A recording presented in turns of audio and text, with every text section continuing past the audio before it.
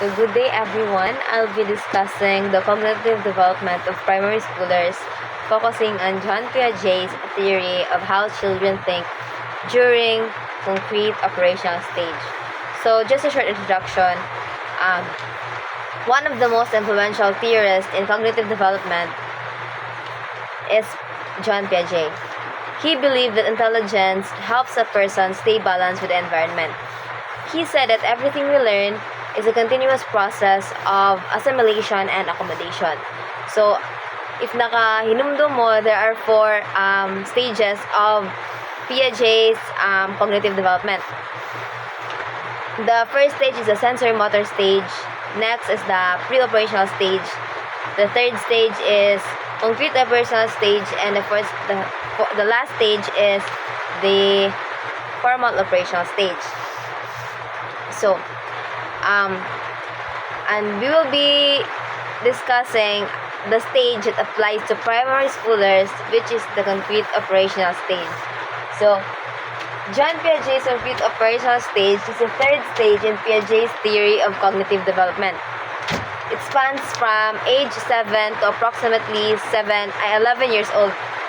So, during this time, children have better understanding of their thinking skills. They begin to think logically about concrete events, particularly in their own experience, but have difficulty in abstract and hypothetical situations or what-if situations. So, in simple terms,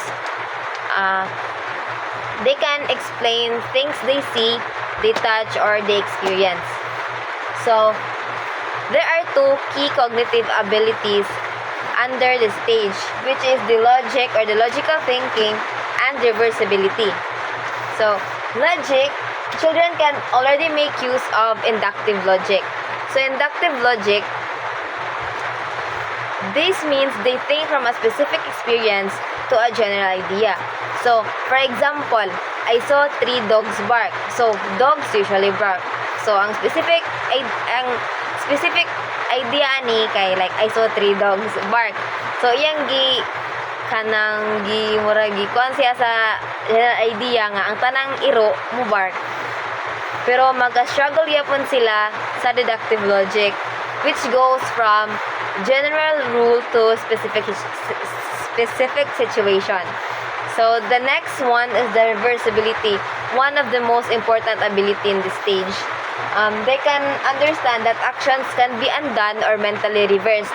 So, ang simple example lang aning reversibility is 4 plus 3 is equal to 7 and 7 minus 4 is equal to 3. So, mas makatabang na nila sa ilang problem solving skills. So, let's move on to the cognitive milestones during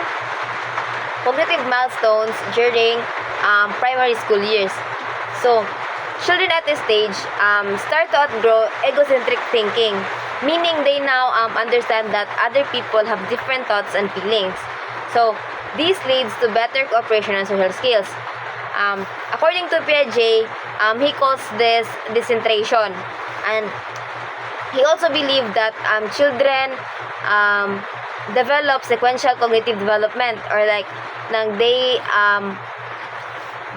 learn skills in sequential manner, or they learn skills in order. So, according to him, each milestone depends on the successful development of earlier ones. So now they can now tell left from right. Their ability to speak and express themselves improve quickly. They enjoy stories, rhymes, jokes, and riddles. Attention span becomes longer. So, kasagaran na bang bata kay kanang dali ma-distract if kanang kuan pa, gagmay pa. So, in this stage, ang bata, ilang attention span, taas-taas na. Like, ang ilang patience nga, maminaw sa imuha, taas-taas na. Next is, they begin to understand time and days of the week. They start to learn letters and words. Ang uban kay balo na pod og basa og simple words. And the last one is, they can now follow more complex instructions and step-by-step explanations.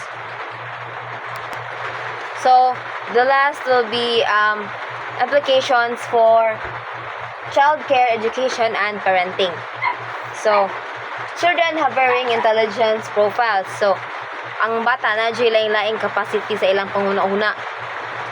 So, these profiles may be based on influences of learning and achievement. So, parents, childcare providers, and teachers should be able to recognize this by first is helping children know their strengths and promote growth in their weakness. So, mas maayo jud nga tabangan nimo og palambo sa strength ang strength sa bata, and then ay sa kalimot og kanang tabang or work on their weaknesses. Next is plan lessons that supports multiple intelligences. Encourage daily reading to build vocabulary. So, mas maayo jud nga bata pa lang ma-expose na ang bata sa sigig basa. Kay mas mapalalom yung vocabulary and mapawiden ang yung vocabulary and mapalalom ang iyang reading comprehension. And the fourth one is expose children to museums, art, and real-world experiences. So, mas maayo jud nga ma-expose ang bata sa lain-laing environment. Kaya if lain-laing environment, na sa lain nga lessons nga ma-learn. And the last one is limit screen time and increase face-to-face interactions. So, mas maayo jud nga ang bata, face-to-face interactions with friends, with family. Kay if magsigirag cellphone or tablet or iPad, na ay tendency nga ang bata dili socially interactive. So, mas maayo jud nga na sila yung face-to-face interactions. Thank you! So, Erik Erikson has 8 psychosocial theory, but today I'm focused on the fourth stage, which is the industry versus inferiority. So, industry refers to a child's involvement in situations where long patient work is demanded of them. And inferiority is the feeling created when a child gets a feeling of failure when they cannot finish or master their schoolwork. Or in short, industry is feeling good about what you can do, and inferiority is feeling bad or doubtful about your ability. In this stage, we are preschool 6 to 12 years old. So, ana si Erik Erikson, dapat daw nato ma-experience ang industry versus inferiority, both nilang duha.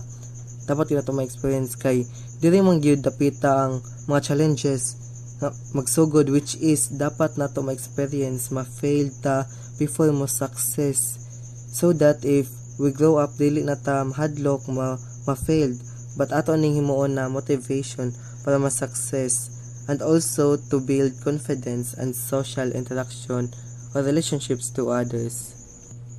Understanding the self.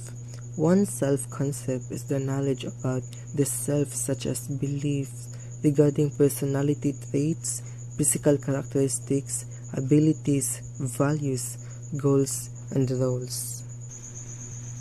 And it also involves a sense of belonging and acceptance, a sense of good, and a sense of being capable of doing good. So, having a healthy self-concept. Having a healthy self-concept, it does not mean that a child thinks he can better than others, but it means that he likes himself, feels accepted by others. And why having a healthy self-concept is important? So, it is important because it helps you feel more confident and improve your relationships to others. School years. In that transition from pre-elementary to primary school, children tend to become self-confident and able to cope well with social interactions. So in school years, di magsugod si children to start listening to others, di lang kay sa ilang mother, but also to their teachers and friends.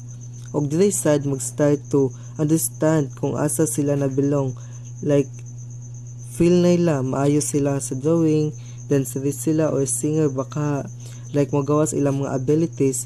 That's why the children become more confident. So, this is sila mag-start to care about fairness and equality, and also learn to care for people outside their family. Building friendships. What is a friend? So Aristotle said, friend, a single soul dwelling in two bodies. So making friends is crucial for kids' social and emotional growth, but children naturally want to have a friends. And children also want to have a friends per groups, which means same age, and they band together to play.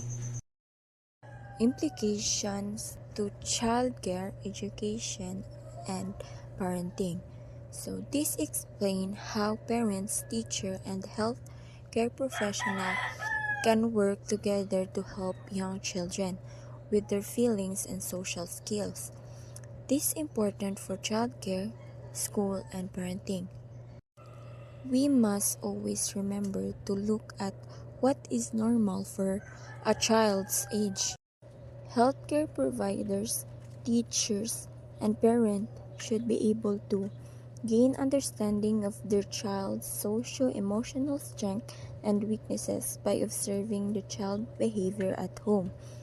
Work collaboratively with the child, parents, and healthcare provider to expand one insight on the child development and provide a supportive setting where children have opportunities to practice emotional regulation and social skills with peers, and give children activities when they can practice taking turn, sharing, and playing cooperatively, and be a role model of healthy emotions and expressing this emotion appropriately.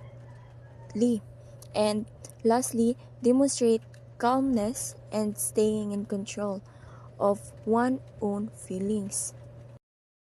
So, in short, adults need to watch, work together, give kids changes to practice, and be calm role model so children can grow up with strong social and emotional skills.